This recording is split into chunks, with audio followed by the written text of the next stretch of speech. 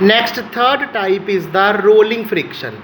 The friction between the curved or a spherical object and a surface is known as rolling friction, in which the object have the circular shape.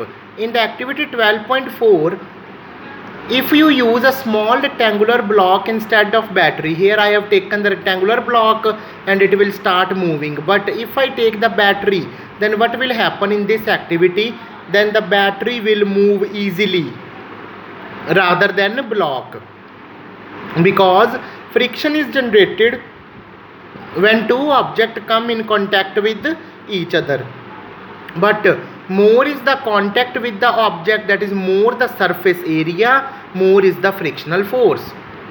As this is a shape of the block and this is a shape of a battery.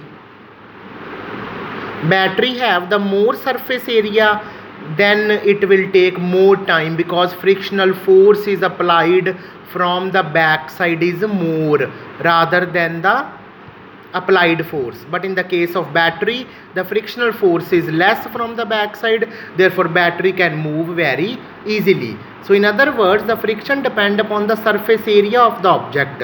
In the rectangular box, more surface are in the contact with other surface, whereas battery has less surface area. So due to its curved surface area, less contact with other surface is made. Hence battery moves farther due to low friction. As frictional force is less, the battery will move more.